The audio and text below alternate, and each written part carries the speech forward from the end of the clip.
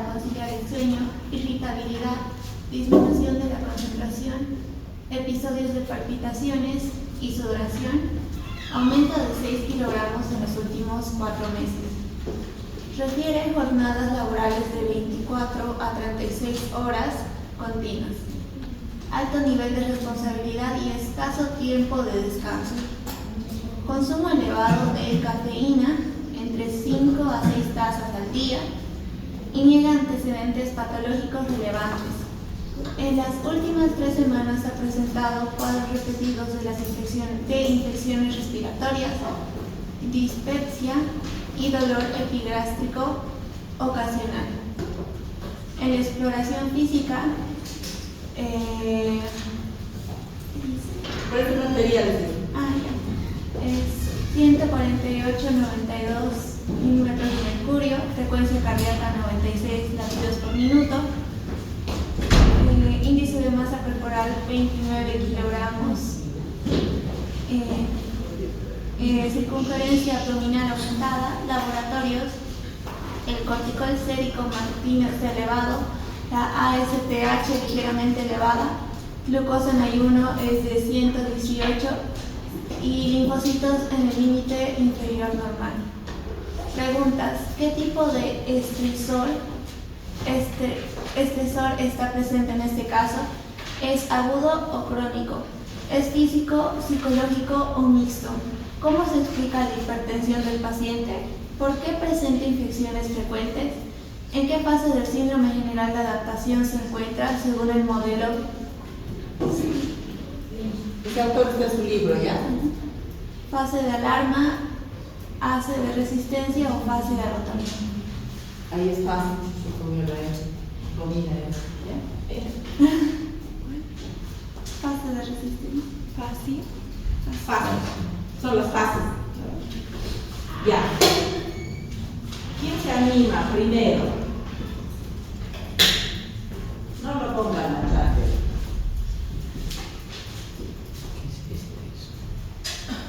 En base a lo que han leído, siempre decimos, ¿no?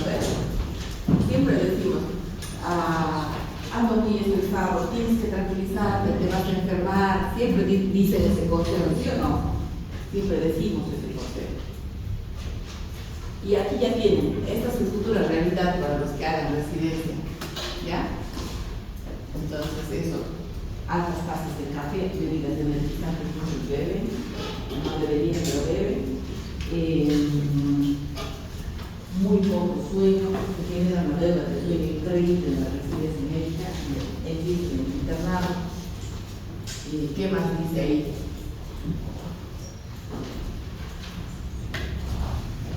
Obviamente hoy no tiene antecedentes patológicos. Y vamos a ir por partes, ¿ya? Vamos a ir resolviendo entre todos.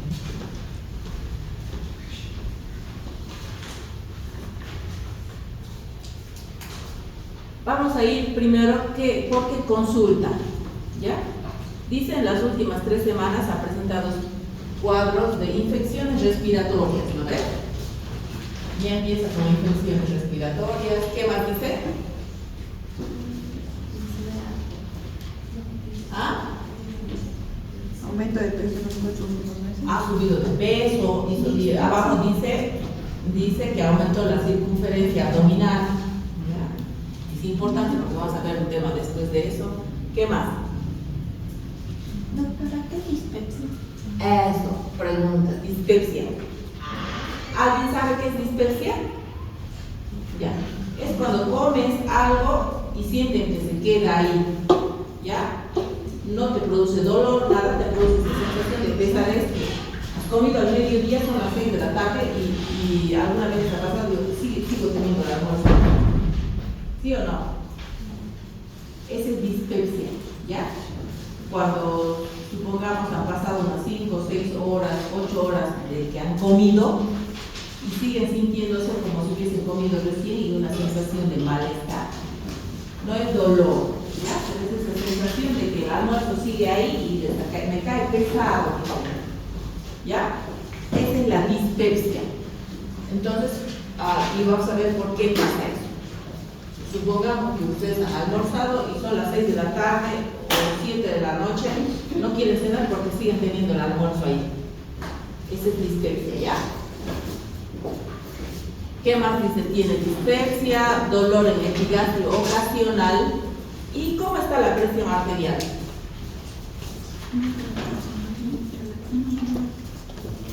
Elevada. Está elevada, ¿ya? ¿Qué más? La frecuencia cardíaca está dentro de parámetros normales, ¿no ves? ¿Qué más? El índice de masa corporal. ¿Ah? Está un poco aumentado, ¿no ves? Está un poco aumentado y ahí dice que la circunferencia abdominal está aumentada, ya nos avisa que está aumentada. ¿Qué más tienen? Laboratorios, ¿qué dicen? Cortisol en ayunas está elevado. ¿Qué más? La ACTH, ¿saben qué es la ACTH, no ven?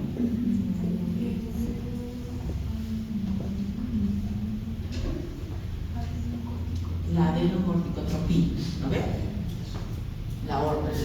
Está aumentada ligeramente. La glucosa, ¿cómo está la glucosa? Está aumentada. ¿Cuánto es lo normal?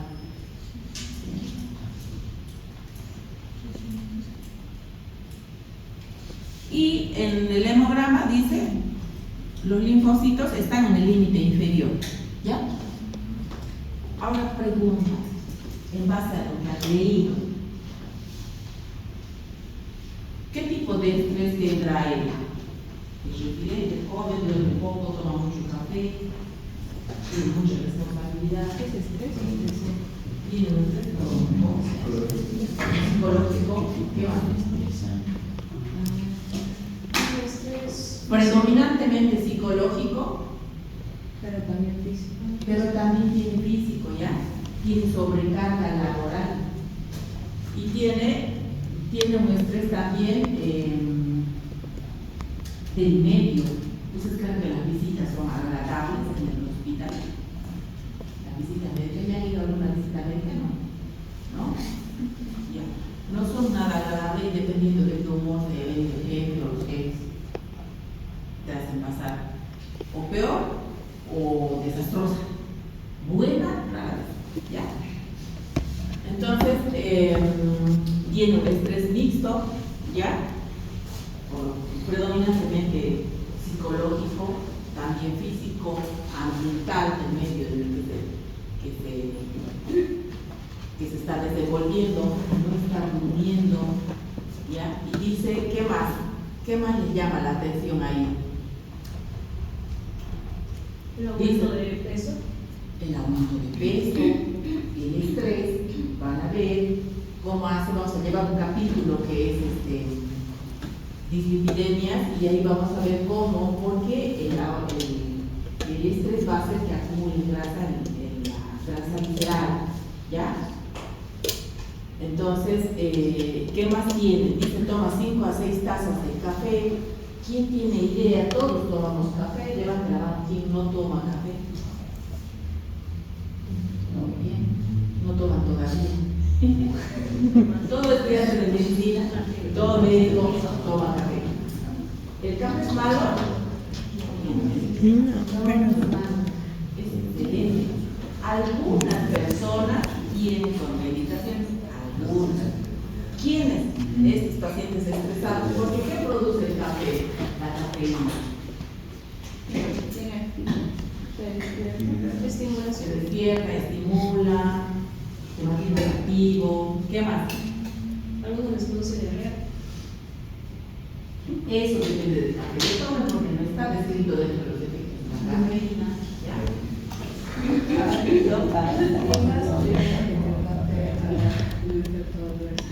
Por ejemplo, a mí el café me hace dar sueño, me hace dar mucho sueño y el té de manzanilla me mantiene despierta. Depende de cada persona y eso puede ser una asociación un poco subjetiva dependiendo en qué momento te da sueño. Por ejemplo, ¿cuál es el efecto del café? Nosotros tenemos un componente que es la adenosina. a medida de que nos vamos cansando, ha visto que se va agotando la energía, ¿no ves? Se va agotando la energía en forma de ATP y va dejando como residuo adenosina. Y esa adenosina estimula el sueño, nos manda a descansar. ¿Qué hace el café? La cafeína desplaza esa adenosina de los receptores, ¿ya? Y se une la cafeína y por eso la energía, nos mantiene despierto, todo eso. Entonces, ¿ustedes creen que se nos pasa el cansancio por eso? No, porque ahora van a llevar farmacología y van a ver lo que es inhibición por competición, inhibición alostérica, inhibición. Entonces, ¿qué hace? La cafeína, una vez que deja de hacer efecto, la adenosina se sigue acumulando, anda circulando por eso, lo que no se puede unir a los receptores. Entonces, la cafeína, una vez que deja de hacer efecto, pasa su tiempo de vida media, se desconecta de los receptores y ahí viene toda la adenosina y nos da más sueño del que teníamos. Así se interpreta como el café te puede despertar al principio, pero después te da más sueño. ¿Ya? Hay que ver en qué momento le da sueño. ¿Ya? Hay que ver en qué momento le da sueño y hay ciertas características particulares del tema enzimático que puede pasar en rarezas que puede producir algunos efectos en algunas personas. Contrario, ¿ya? Pero es muy raro, muy, muy raro. Ahora, ¿qué más? ¿Por qué se contraindica a veces el café? Es porque hay personas que tienen determinados tipos de arritmias, ¿ya? El café estimula el sistema nervioso simpático, entonces produce distintas cosas taquicardia, crónica de gasto cardíaco. Entonces en esas personas sí no se recomienda darles, las personas que sufren de ansiedad, por ejemplo, va a estar más nerviosos todavía con café. En esas personas no se debe dar. Pero entonces él ya toma bastante café para tratar de mantenerse despierto. Igual, ocurre una desensibilización que les debe pasar a ustedes. Dejan de tomar café un tiempo, cuando recién toman mucho les pone súper despierto, ¿no ven? Pero siguen tomando, ya no ven ese efecto. Entonces eso pasa, y eso lo van a ver en farmacología. ¿Qué más? Él tiene dispepsia, ¿ya? Esa sensación de que no digiere lo que come y le genera malestar. Y ahora me van a ir ustedes aplicando toda esa sintomatología que ven ahí desde el punto de vista fisiopatológico. ¿Qué es lo que está pasando? ¿Es agudo crónico? Ya su compañero ha dicho es crónico. Ya, sí, es crónico. Porque nuestro paciente, el residente que ahora está en calidad de paciente, entonces no ha vivido eso en unas horas, en unos días, lleva ahí mucho tiempo. ¿Ya? ¿Qué más? Dice, es mixto, y hemos visto, predominantemente psicológico, pero es mixto. ¿Cómo se explica la hipertensión en este paciente? Es joven, no tendría motivos para ser hipertenso, ¿no? Sí, aumento de su grasa visceral, pero no sería la causa principal. El café ya está. Ya, pero el café, digamos que ha tomado su última taza a las, 4 de la tarde, son las 11 de la noche, le toma la presión y está hipertenso. Ya basta de la café. Desde la fisiopatología, lo que han leído en su libro, está bonito, está.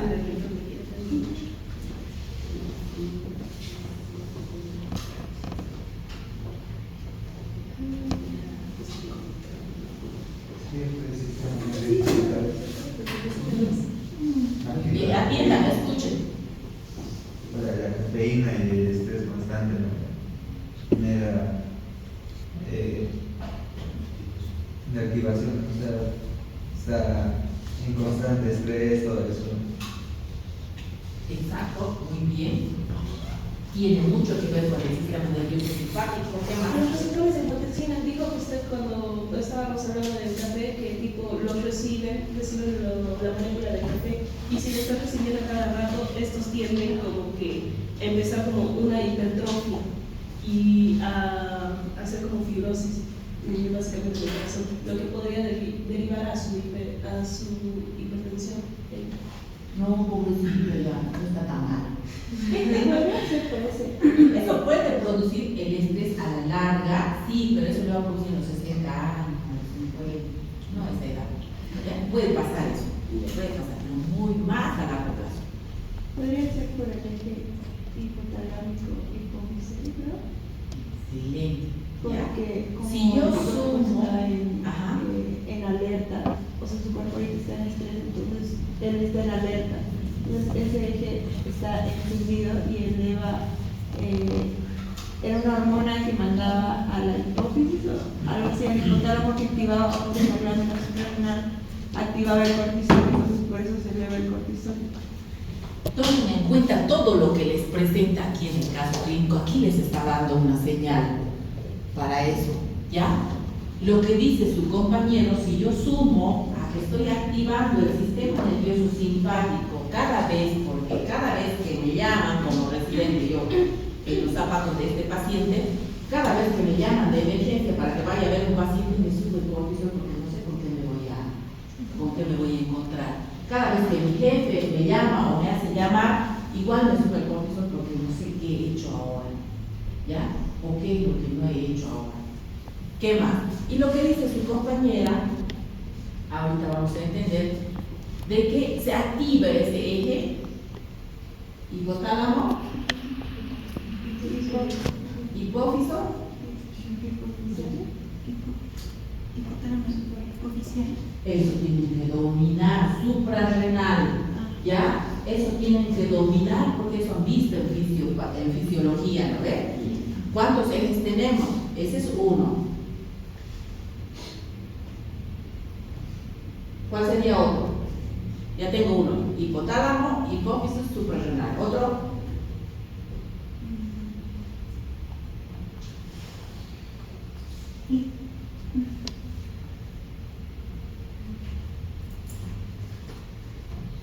Chicos, fisiología es la base para todo. Ustedes saben fisiología y van a saber facilito fisiopatología y ya está. Farmacología clínica se les hace fácil. ¿Cuál es el otro? Ya, pero sí estoy hablando de hipotálamo, hipófiso, gonadal. Porque si hablo a las mujeres, irá al ovario, si hablo a los varones, irá a los testículos. ¿No ven? Otro, tiroideo, hipotálamo, hipófiso, tiroideo. Entonces, esos ejes ustedes no pueden no dominarlos, ¿ya? Y el que se activa aquí en el estrés es este otro que ha dicho su compañera, hipotálamo, hipófiso, suprarrenal. ¿Por qué suprarrenal? Porque la glándula suprarrenal es la que produce esas hormonas. ¿Qué hormonas? Cortisol. El cortisol, y hasta aquí les está dando una pista, el cortisol. ¿Qué más?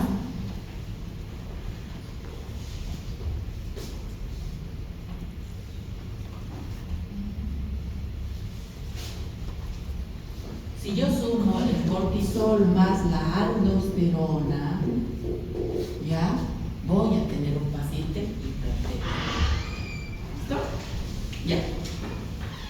Entonces, dice, así explica la hipertensión en ese paciente, ¿no ve? Entonces, tiene activado el sistema nervioso simpático, a full, siempre. Y tiene activado su eje hipotálamo, hipófiso, suprarrenal. Por lo tanto, si se activa ese eje hipotálamo, hipófiso, suprarrenal, ha liberado mucho cortisol, ha liberado el sistema. ¿Qué sistema se llama que viene alrededor? Renina, angiotensina, aldosterona. ¿Cuál es la finalidad de activar ese mecanismo? Regulación a corto plazo de la presión. Regulación de la presión arterial, no a corto plazo, más a largo plazo. A corto plazo es nuestro sistema nervioso autónomo, simpático o parasimpático. ¿Ya? Entonces, más a largo plazo, ¿qué hace como resultado final? ¿Cómo regula la presión?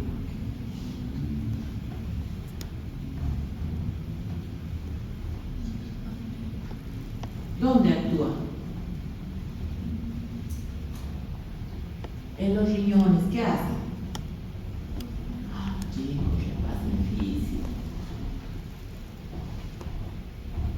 tienen que repasar fisio. Cada tema que veamos van a ver manejar muchas cosas. Por eso fisio se lleva todo un año y se lleva antes. ¿Ya? Entonces, ¿qué hace? Como resultado final, esto va a retener, ¿qué cosa? Sodio. Y si retiene sodio, va a retener agua. Y si retiene sodio y agua, ¿qué va a hacer con la presión? Va a subir la presión arterial. ¿Ya? A través de todo ese sistema que ustedes han visto en fisiología. Entonces, de esa forma se explica cómo este paciente, este caso de estrés constante, le hace subir la presión. ¿Ya? Ahora, ¿qué pasa con la... Dice, él tiene infecciones respiratorias frecuentes, puede ser cualquier otra infección, pero tiene infecciones frecuentes. ¿Por qué?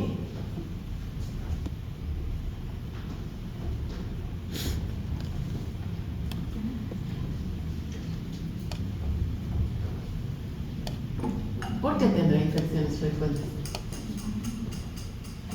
El sistema inmune está debilitado por la falta de sueño y Todo lo que vive este paciente es como dice su compañera, el sistema inmunológico está deprimido. Prestenle atención a todas las pautas que les damos en el caso clínico. ¿Qué dice aquí? Está entrando en linfopenia, ¿lo ve? ¿Quiénes se encargan de nuestro sistema inmunológico más a largo plazo? Los linfocitos, ¿ya? ¿Y de qué más se encargaban los linfocitos?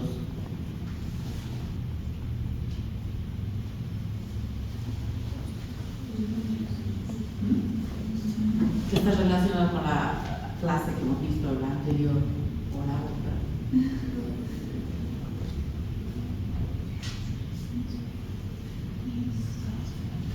¿Ah? ¿Qué ha dicho? Cáncer. Claro, si yo tengo una linfopenia, yo voy a tener menos linfocitos que van a ir patrullando y reconociendo las células cancerosas y eliminándolas. Entonces, si yo miro, fíjense, este paciente, ¿cómo el estrés me puede hacer hipertensión? ¿Me puede hacer diabetes? Sí, porque ¿cómo está la glucosa? Está elevada. ¿Puede hacer resistencia a la insulina? Por supuesto, tiene mucha grasa visceral, ya es hipertenso.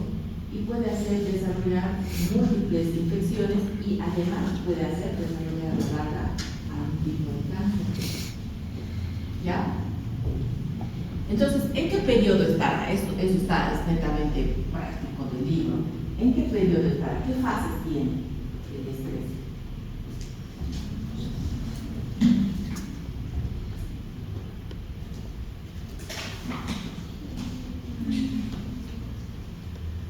¿Qué dice su libro? No han leído, chicos, lean. No, ahora yo les veo con cara de perdidos cuando hablamos de fisiología. ¿Ya? Cuando hablamos de fisiología los veo un poco perdidos, a muchos. Pero ustedes van a decir, ay, mira que el año pasado estuve, o la docente o el docente no nos ha exigido, no nos ha enseñado. Entonces ahora les digo que vengan leyendo un tema, lean. Si no, no van a aprovechar la clase. ¿Listo? Ni siquiera les estoy pidiendo, este tema sí les dije que lean ese tema del libro, pero luego les digo, repasen la fisiología de todo lo que vamos a ver. Pero si se dan cuenta, si ustedes no aprovechan ahora, cuando están avanzando la materia, después no les da el tiempo, porque aquí en este caso, nomás, ¿qué estoy viendo? Fisiología de hipertensión, estoy viendo fisiología metabólica, estoy viendo fisiología del sistema nervioso autónomo, estoy viendo fisiología de los ejes endocrinos, neuroendocrinos. Entonces, fíjense, es un montón de temas que estoy viendo, que si yo no aprovecho de leer en el momento, después no me da tiempo. Si ustedes hubiesen tenido que repasar fisiología para venir aquí a este tema, tendrían que haber repasado todo eso que yo les digo, y en medio libro de Galton. ¿Sí o no? Renal, tiene que ver todo lo que es el sistema renina, angiotensina, aldosterona, regulación a corto y largo plazo, la presión arterial. Entonces, lo que dice su compañera, el tema de la frecuencia cardíaca, es de fisiología cardíaca.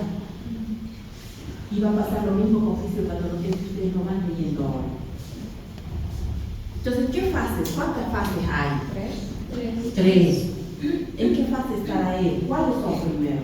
Alarma, resistencia y agotamiento. Alarma, resistencia y agotamiento. ¿Él en qué fase está? De agotamiento. Ya ha venido a la consulta. Ya ha venido a la consulta. Ya está infectado. Ya está hipertenso. Ya está con grasa visceral. Entonces, él ya está en la fase de agotamiento. ¿Cuál será la fase de adaptación? La fase de alarma es la que, cuando por ejemplo ustedes quieren asaltar en la calle, ¿ya? Y ustedes reaccionan y luego se pasan, ¿ya? Esa es la fase de alarma. Ustedes han reaccionado, se han defendido o han huido o se han paralizado en forma de responder. Esa es la fase de alarma, ¿ya? Es ese momento, y es lo que dice su compañero, ahí es donde el sistema nervioso autónomo, el simpático, actúa al 100%. Pero la fase de adaptación ya entra, además del sistema nervioso simpático, se tiene que tranquilizar, porque si no nos morimos, se tiene que tranquilizar de alguna forma, y ahí entra el eje renina, el eje hipófiso, hipotálamo hipófiso suprarrenal, ¿ya? Ahí entra él en marcha en la fase de adaptación. ¿Por qué dice la adaptación? Porque si ustedes van ahorita y revisan a todos los pacientes en el hospital, cualquier hospital que se quieran, no están hipertensos, la mayoría no tienen grasa visceral, ¿ya? Pero bien, van a ustedes, sí, ellos sí están en fase de adaptación. El cuerpo está funcionando bien a pesar de tener el estrés. Pero él ya está enfermo, ¿ya? Él ya está enfermo, entonces está en la última etapa, ¿ya? Así se ha resuelto este caso clínico.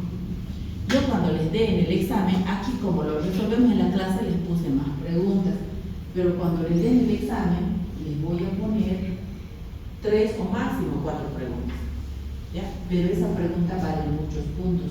¿Por qué? Porque fíjense, ¿por qué vale muchos puntos? Porque para resolver un caso clínico yo veo muchas cosas. Entonces yo tengo que evaluar, yo evalúo muchos conocimientos. Aquí he evaluado fisiología, de nuevo, de los ejes neuroendocrinos, del sistema renina-angiotensina-aldosterona, de la regulación de la presión arterial, hemos visto de metabolismo, el cortisol, donde se libera, ciclos circadianos, ustedes tienen que saber. Entonces, todo eso hemos evaluado, por eso una pregunta así vale muchos puntos.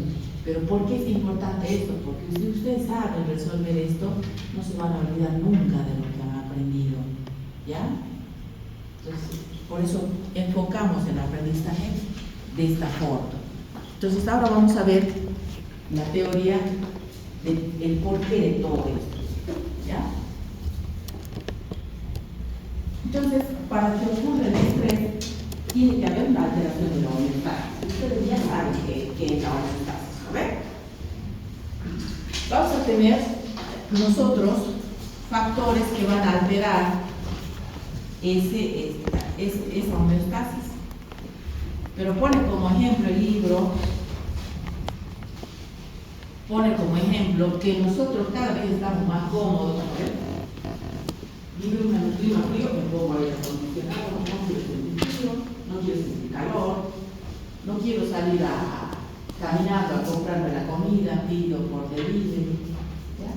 Cada vez estamos más cómodos. Entonces tenemos un cuerpo cada vez menos adaptado a responder de manera saludable al estrés. Entonces nosotros, este pH está discutido porque nosotros en vez de favorecer nos desfavorece la forma de cómo nuestro estilo de vida, de la glucosa, la presión arterial. Entonces estos son factores críticos que si se altera la homeostasis, y lo acaban de ver en el caso clínico, se va a desarrollar con el tiempo, ¿ya? Y nosotros, la respuesta a este estrés, va a depender de muchos factores, de factores extrínsecos y de factores intrínsecos, ¿ya? Por ejemplo, de factores extrínsecos, demos un ejemplo de cómo su compañera respondería bien o mal, o peor, si es que yo le llamara la atención de alguna forma. Tengo un ejemplo, a ver.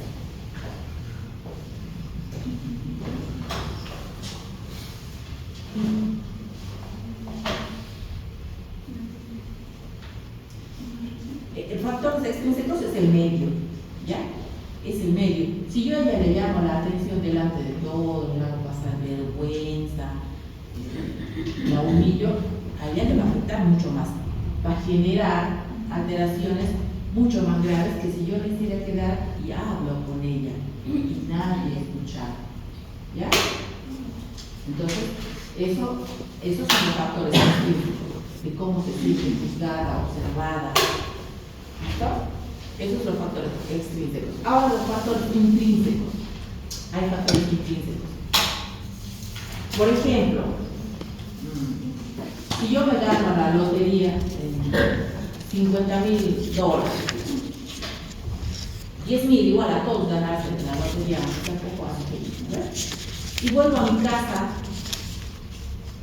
acabo de decir la noche que gané la lotería, vuelvo a mi casa y mi hija me dice que reprobó una materia. ¿Cómo lo voy a tomar? No te preocupes, eso no pasa nada, ya lo vas a recuperar. Si yo he tenido un mal día en el trabajo y vengo mal, ya vengo mal, ¿ya? Y ella me da la misma noticia, dice que reprobó una materia, ¿cómo lo voy a tomar? Pero no por ti. Claro, entonces esos son los factores intrínsecos, dependiendo del momento, de cómo esté mi estado psicoemocional, yo voy a reaccionar ante algunos factores expresores, bien, mal o peor. ¿Listo? Entonces, Los factores intrínsecos solo serían entonces algo más psicológico. puede ser psicológico o puede ser igual patológico, funcional.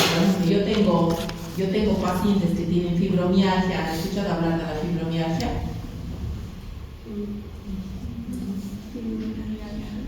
Les duele todo, tarea, vayan a ver qué es la fibromialgia, ¿ya? Pasan a las mujeres, les duele todo y literalmente me duele hasta el cabello, ¿ya? Entonces, si yo le digo algo a ella, a esa paciente que tiene fibromialgia, que tiene 35 años, tiene fibromialgia, le digo algo y le digo lo mismo a ella que no tiene fibromialgia, que tiene 35 años y está bien, ¿ya? No lo va a tomar de la misma forma esa paciente que tiene fibromialgia a otra persona que está bien.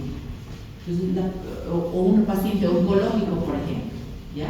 Me pasaba en La Paz, y así aprendí, me pasaba en La Paz cuando estaba haciendo dolor, entraba a las salas donde estaban pacientes oncológicos y por ahí mi enfoque era malo, pero depende cómo te lo tomen, depende de la situación, y entraba y le preguntaba, buen día, ¿cómo está? Tengo cáncer, ¿cómo crees que estoy? Entonces te contestaba así. Y entraba donde otro, buen día, ¿cómo está?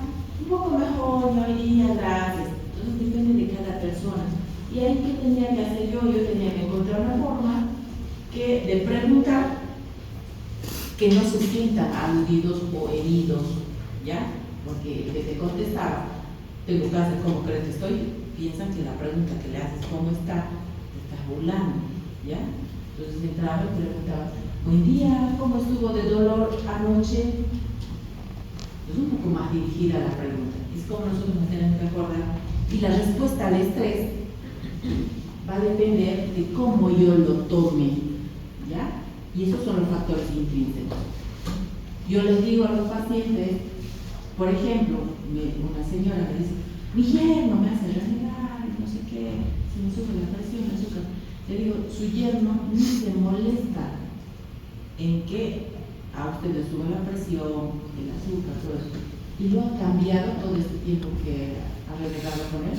No, no lo va a cambiar. Si vos no puedes cambiar algo de tu entorno, en vano te estresas, porque a vos te sube la presión, a vos te sube el azúcar, los demás ni se enteran. El clásico ejemplo es el que te toca bocina cuando estás manejando. ¿No ves? Y te enojas por eso, no tiene sentido. El otro ni se enteraba que a vos te ha subido la presión y si se entera se va a reír. Entonces, tenemos sistemas de control biológico y esa respuesta al agente estresor va a depender, como les digo, de factores extrínsecos y de factores intrínsecos. Yo puedo actuar sobre los factores extrínsecos. Sí. A veces, no siempre, pero ¿sobre cuál tengo control? Sobre los intrínsecos. ¿Ya? En eso es lo que yo tengo que trabajar. Entonces, fíjense quiénes van a entrar en el control de cómo mi cuerpo, cómo mi organismo va a responder al estrés. Aquí está el hipotálamo, hipófiso, adrenal, que es aquí, por eso está con A, ¿ya? Suprarrenal es lo mismo.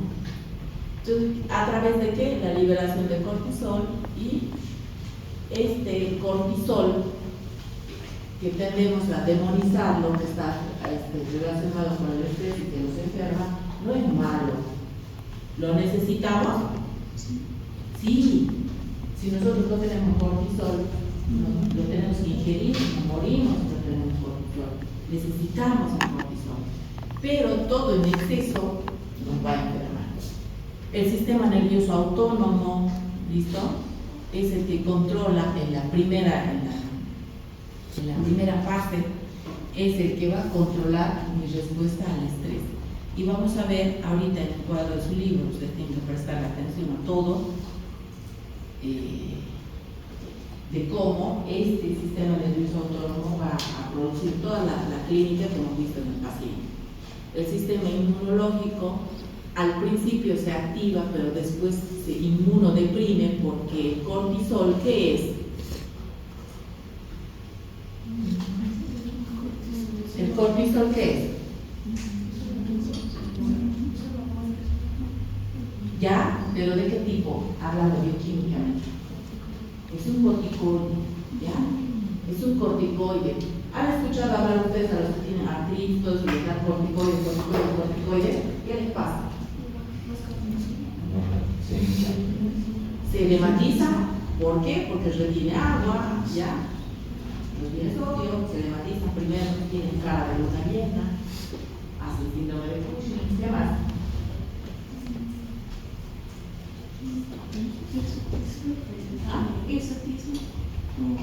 Ya produce alteraciones hormonales. Ya los tumores, las glándulas suprarrenales pueden producir, dependiendo si es funcional, de qué tipo de tumores. Todo corticoide produce inmunodepresión. ¿Ya? Si yo tengo aquí el cortisol siempre alto, entonces voy a producir inmunodepresión. ¿Ya? Inmunodepresión. ¿Y sobre quiénes actúa principalmente? Sobre los linfocitos. Esto ya saben, no vamos a repasar. Retroalimentación positiva, negativa, visto en fisiología, ¿verdad? Eso lo tienen claro, ¿sí o no? Pero no, ya ves que no lo hacen.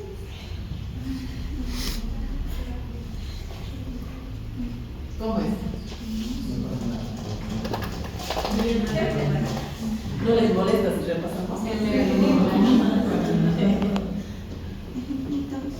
Entonces, nosotros vivimos, nuestro cuerpo, el estrés se mantiene en base a esto, a la retroalimentación positiva y negativa.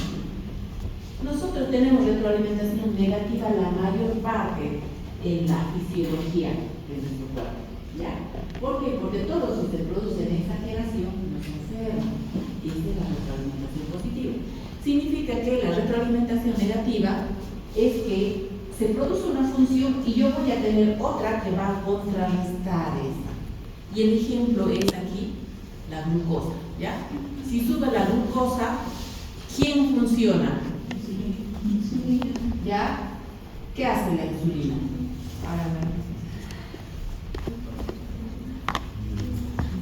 ¿Qué hace la insulina?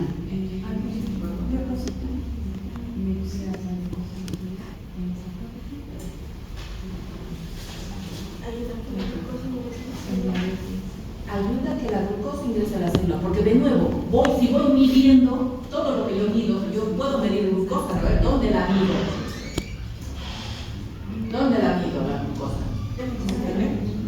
En la sangre, ¿pero en qué parte de la sangre?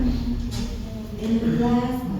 Entonces estoy midiendo la glucosa en el líquido extracelular. Y yo necesito esta insulina para que la meta dentro de la célula. A mí me sirve dentro de la célula. ¿Ya? Entonces aquí tenemos un efecto, una retroalimentación negativa. Si yo acabo de comerme un super helado, me sube la glucosa y mi páncreas va a eliminar insulina para contrarrestar eso. Eso es una retroalimentación negativa. En el mismo caso, si yo tengo al revés, ¿ya? Disminución de la glucosa, ¿ya? Me hago un glucotest y tengo muy bajita la glucosa. ¿Qué hace mi cuerpo para contrarrestar eso? Libera glucagón. ¿Y este glucagón qué hace? Aumenta la glucosa. ¿De dónde principalmente? ¿Qué hace?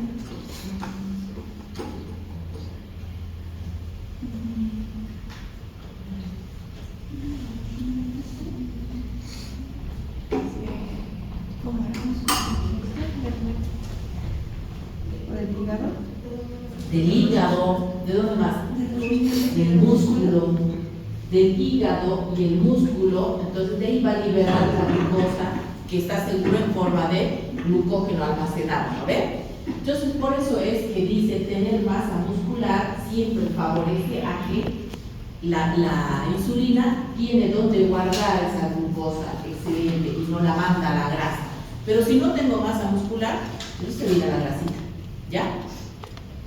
Lo mismo pasa con la regulación de la temperatura. Si aumenta la temperatura, ¿qué hace para bajar la temperatura? Sudamos, ¿no ves?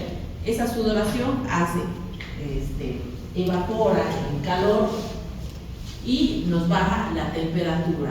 Y si hay frío, ¿qué pasa? Hay vasoconstricción. Cuando hace calor, nuestras venas están más dilatadas, ¿no ves? Más hinchadas. Y cuando hace frío, no hay las venas, tenemos que buscarlas. Me acuerdo que en La Paz una enfermera nos dio una lección, nosotros en cirugía vascular no podíamos canalizar, ponerle un suero a un paciente, ¿ya?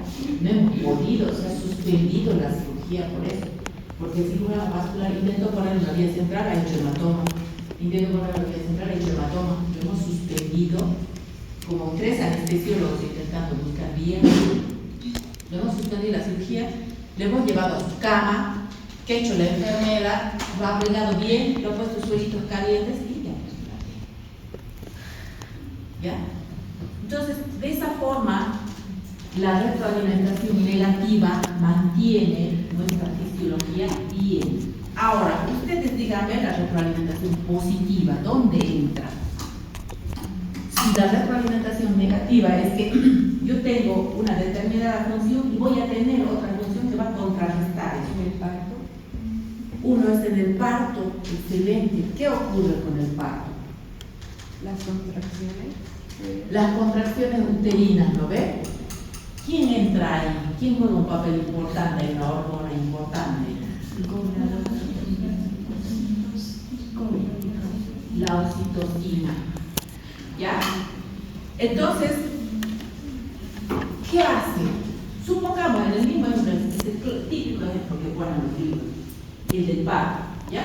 Yo necesito, si yo estoy produciendo un efecto fisiológico en mi cuerpo, puede ser a veces fisiológico, entonces hay otro efecto que en vez de contrarrestar lo aumenta. Esa es la retroalimentación positiva. Y el claro ejemplo es el parto. Cuando empieza el trabajo de parto, empiezan las contracciones uterinas, ¿ya? Empiezan las contracciones uterinas y ¿qué hace? Nuestro cuerpo empieza a producir más oxitocina para que esas contracciones más bien aumenten en vez de reducir. ¿Ya? Esa es la retroalimentación positiva.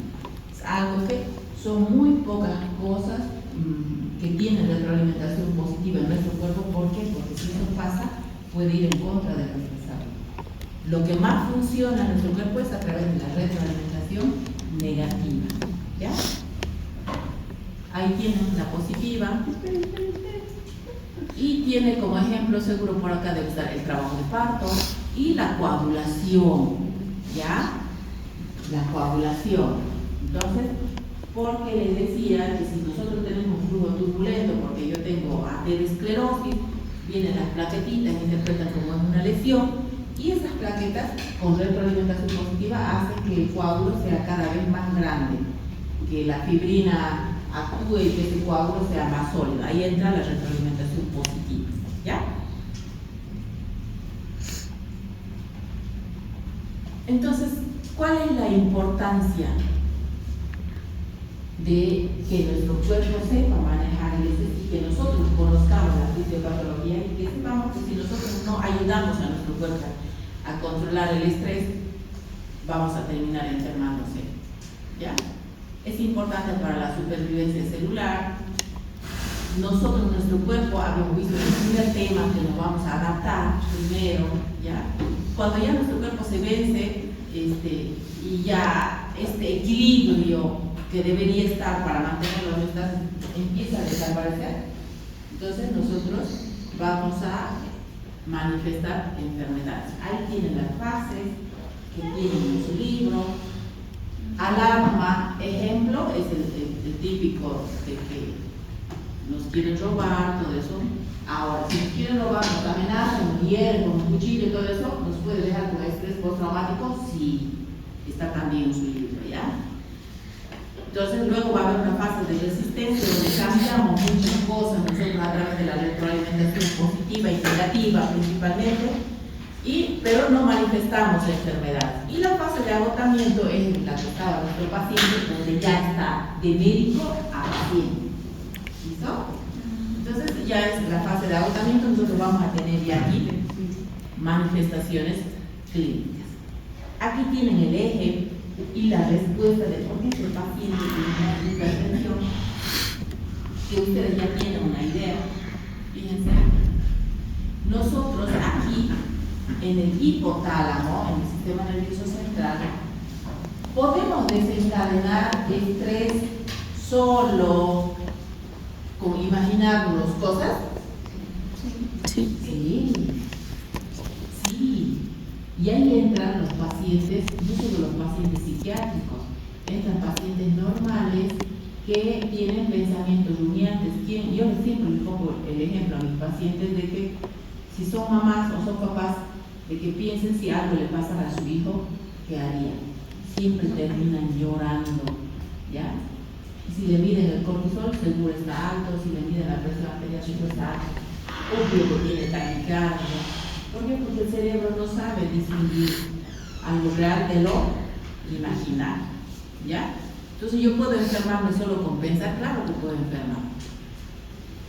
En el sistema nervioso entra aquí entonces el hipotálamo, hipófisis suprarrenal, y van a entrar en acción el cortisol, el sistema nervioso autónomo a través de la adrenalina y la noradrenalina, y aquí van a tener todas estas repercusiones. Fíjense. ¿Qué pasaría con el sistema respiratorio?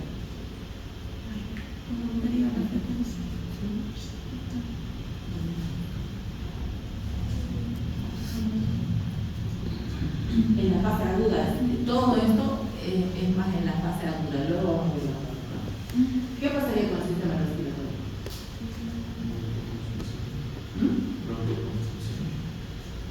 Al revés. Broncodilatación, ¿ya? Porque si yo estoy en la primera fase, ¿qué necesito? Necesito fuerza, necesito huir, entonces necesito más oxigenación para los músculos, entonces a nivel respiratorio aumenta, hay broncodilatación y aumenta mi frecuencia respiratoria, mi volumen corriente, que saben qué es eso, ¿no ven? ¿Qué es?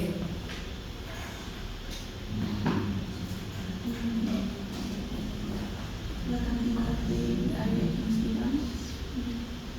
El volumen corriente es eso, ¿ya? El aire que estamos respirando todos aquí, sin hacer ningún esfuerzo. Es el volumen corriente, ¿ya? ¿Qué más? Convierte el glucógeno en glucosa. ¿Por qué?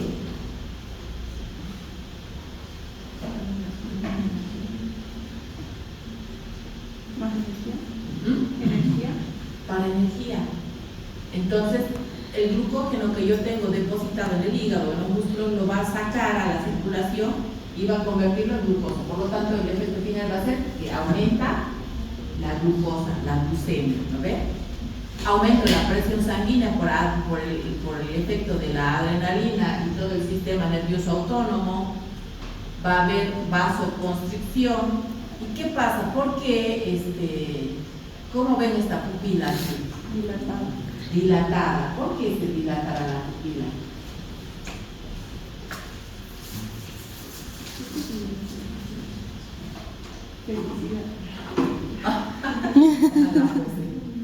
¿Por felicidad? Es parte de la respuesta del sistema nervioso simpático, ¿ya? Que si estás estresado necesitas ver bien por dónde huir. ¿Se han preguntado cómo hacen cuando ven de cerca a la persona que les gusta? ¿Qué pasa con las pupilas? Se dilatan. ¿Qué pasa con la frecuencia cardíaca? ¿Qué pasa con la presión arterial? Aumenta, tiene una descarga adrenérgica del sistema nervioso simpático. ¿Ya? Entonces el simpático está por las nubes, porque si recién lo están conociendo y les gusta mucho, no es que van a ir tranquilos con una frecuencia de 50, no, ¿ya? Entonces están con la presión alta, están taquicárdicos, respiran hasta más rápido, ¿sí o no? Las pupilas se dilatan. ¿Qué pasa con la frecuencia cardíaca? Aumenta por la misma respuesta de la activación del sistema nervioso simpático. ¿Qué pasa con la digestión? Reduce, porque ¿quién se encarga de la digestión y el peristaltismo intestinal?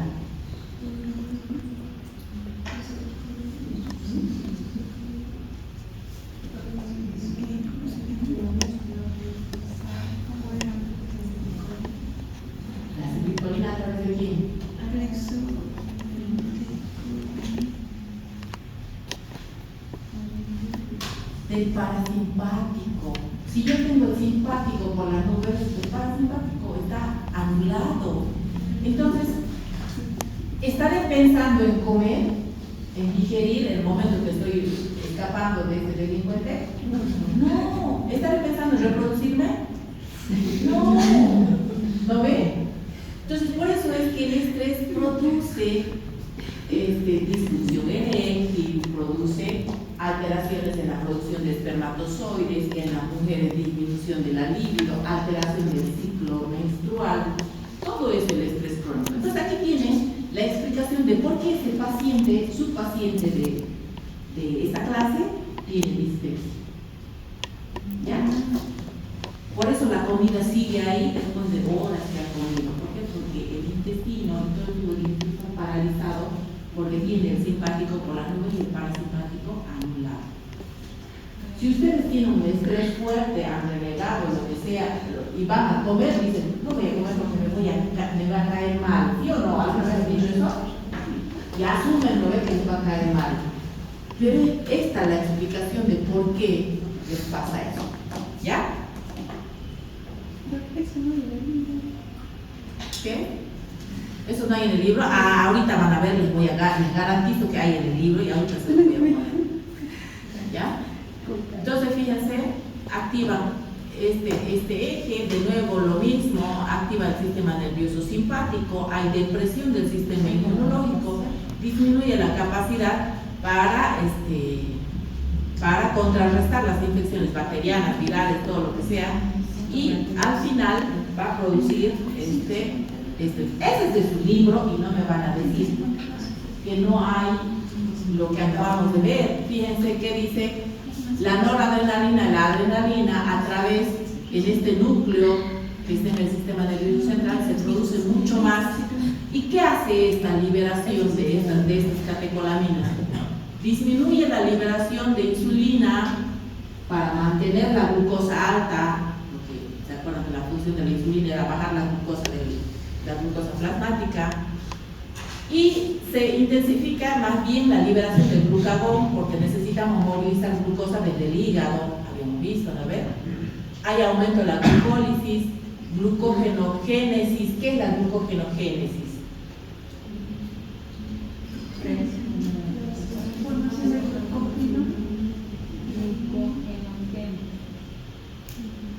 gluconeogénesis, perdón, yo leí gluconeogénesis. Utilización de proteínas, ácidos grasos para formular energía. Exacto, la formación de glucosa a partir de otros compuestos que no sean glucógeno, ¿ya? Como ácidos grasos, aminoácidos, ¿ya? Entonces, induce la lipólisis, la proteinólisis, que está relacionado con lo que hemos visto. Reduce la captación de la glucosa en los tejidos. Todo esto explica de por qué hacen diabetes, ¿ya? Incrementa la frecuencia cardíaca, la contractilidad cardíaca, el mecanismo de Frank-Starling. Aumenta la contracción del músculo liso vascular para subir la presión y relaja el músculo liso bronquial, por eso produce broncodilatación. ¿Ya? ¿Se dan cuenta que todo lo que habíamos estado viendo está en su libro? ¿Qué más? Dice el factor liberador de corticotropina es el eje hipotalámico suprarrenal y todo estimula la liberación de ACTH, estimula la síntesis y liberación de cortisol, potencia la acción de adrenalina y glucagón, inhibe la liberación de ambas hormonas, estimula la tiroides también, porque las hormonas tiroideas son importantes para el metabolismo, y va a haber disminución de las células inmunitarias, lo que predispone a inflamación o infecciones crónicas, porque está inmunodeprimido, ¿ya? ¿Qué pasa con la corteza suprarrenal? Fíjense lo que decíamos, porque este paciente se explica que está ya más a largo plazo con un estrés crónico, entonces él ya está produciendo absorción de sodio y agua, por eso le sube la presión, ¿ya? Y de esta forma es como nosotros nos enfermamos solo por estar estresados, ¿ya? Esto igual está en su libro, ¿ya? Presten atención, es un esquema de todo lo que hemos visto anteriormente. Aquí tienen por qué hace midriasis, serostomía, incremento de la capacidad de adaptación, de coagulación. La persona estresada es procoagulante, es más propensa a tener, si yo tengo arteriosclerosis, hipertensión, además tengo una sangre hipercoagulable por el estrés, la receta para el desastre, ¿no ven? Entonces, tengo mucho más riesgo de hacer ACVs, acceder a infarto agudo de miocardio, tromboembolismo pulmonar y todo eso, solo por el estrés. Fíjense, a veces nosotros asociamos y encima si viene a la consulta un paciente de estas características, ¿qué le damos si le decimos que es alergia?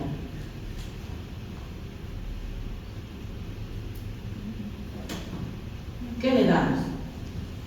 ¿Alguna vez han visto? ¿No? Corticoide. Ah, tiene alergia. Dexametasona, betametasona. Le damos corticoide. ¿Le hacemos un favor? No. Entonces ustedes que están conociendo desde la fisiopatología tienen que ir más allá, y como están llevando semiología, la historia clínica es clave para que ustedes sepan cómo actuar, ¿ya? Entonces, ¿qué puede presentar un paciente con este estrés? Alteración en el estado de ánimo, son pacientes que pueden estar o muy deprimidos o muy explosivos, son los que andan enojados con la vida, ¿ya? Lo miras y ya te dice por qué le están mirando. Son ansiosos, pueden tener depresión, pueden tener trastornos de estrés postraumático. Nosotros minimizamos esto. Hay mucha gente que ha sufrido bullying en la infancia, que ha sido abusado en la infancia, que vienen de una familia disfuncional y que después se enferman de todo. ¿Listo? Se enferman de todo. Entonces nosotros tenemos que ir viendo todo eso. Tienen trastornos alimentarios, viven comiendo hamburguesa con papa frita y pollo con papa frita y Coca-Cola. Entonces tiene trastornos del sueño, no puede dormir, puede ser diabético a temprana edad, puede ser hipertenso, todo lo que presentaba su paciente del principio, ¿ven? Se infecta o se enferma de cualquier cosa, son los pacientes que se resfrían con mucha facilidad o que les dan gastroenteritis con mucha facilidad. problemas gastrointestinales, se distienden, dispepsia o se estreñen o les da diarrea, bien, presentan dolor en cualquier parte, son pacientes propensos a ser obesos, hacen dermatitis como esta foto, pueden hacer cáncer, esto está en su libro, y la explicación ya hemos visto porque tiene deprimido el sistema inmunológico, sobre todo los linfocitos, pueden hacer aterosclerosis y sufren de migrañas constantes, viven medicados. Si tiene migrañas, si tiene dolor en otro lado, no puede dormir, está ansioso, listo, ya está medicado, con medicación para dormir, ansiolíticos, para su migraña y todo eso, ¿ya? Y es un círculo de que el paciente no puede salir si ustedes no saben identificar y no saben ayudar. Hay mucha confusión entre el estrés y la ansiedad, ¿ya?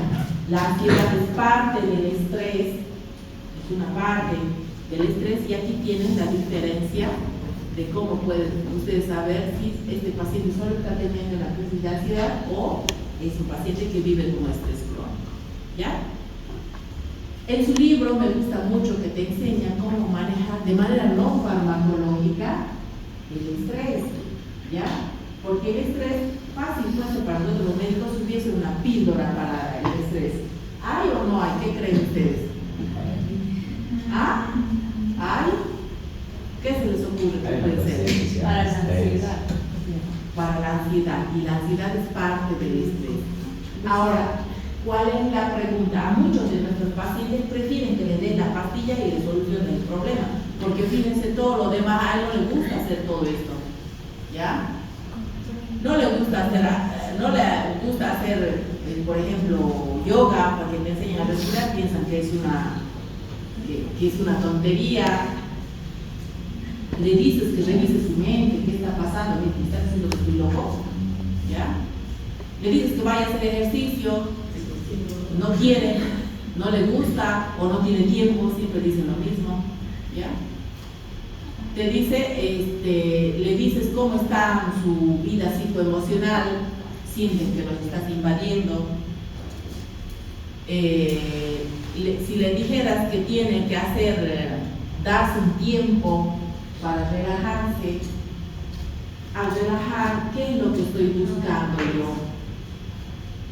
Si hablamos de fisiología y si habíamos visto que el sistema nervioso autónomo tiene el papel fundamental ahí, ¿qué es lo que estoy buscando yo si le digo a mi paciente que tiene que hacer actividades de relajación, como masaje, musicoterapia? Menciona el libro que a mí me encanta, yoga, ¿qué más? ¿Qué estamos buscando ahí desde la fisiología, desde la fisiopatología? Que se regule el cuerpo. ¿Cómo? ¿Cómo se regule? ¿Cómo se puede buscar?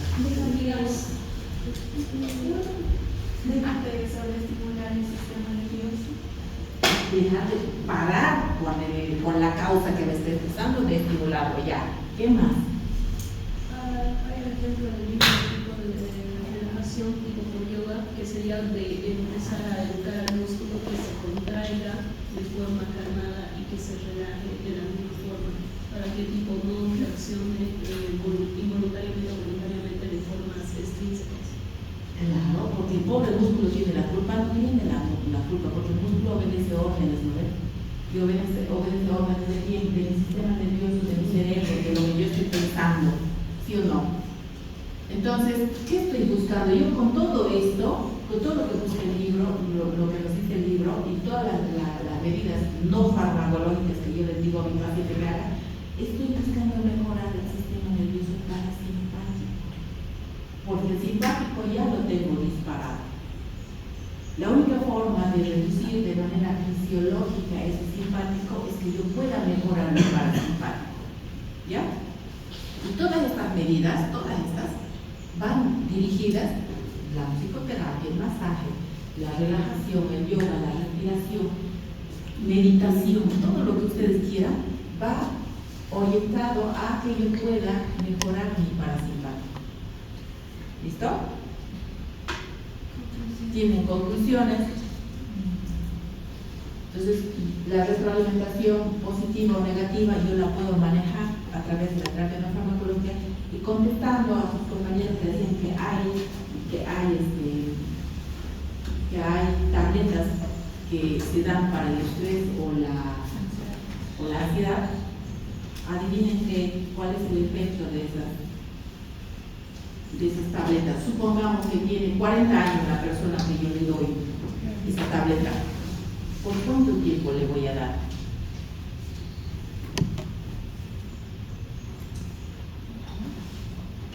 ¿Por cuánto tiempo dicen ustedes que le daría? De por vida. Tendría que darle de por vida. ¿Por qué? Porque no estoy trabajando en la causa de su estrés. ¿Ya? Y además, esos fármacos producen adicción y producen adaptación. ¿Qué significa lo del café? ¿Ya? Que yo tomo un tiempo y ya no me hace efecto. Necesito subir la dosis o necesito cambiar de fármaco. Entonces, si nosotros no apuntamos a solucionar, ahí van nuestros pacientes desde la fisiopatología, vamos a terminar medicándolos un montón y no voy a solucionar el problema. Se van a encontrar con pacientes que le van a decir, usted me está diciendo que estoy loco, o yo he venido para que usted me dé más tarea a mí que lo que tiene que hacer usted.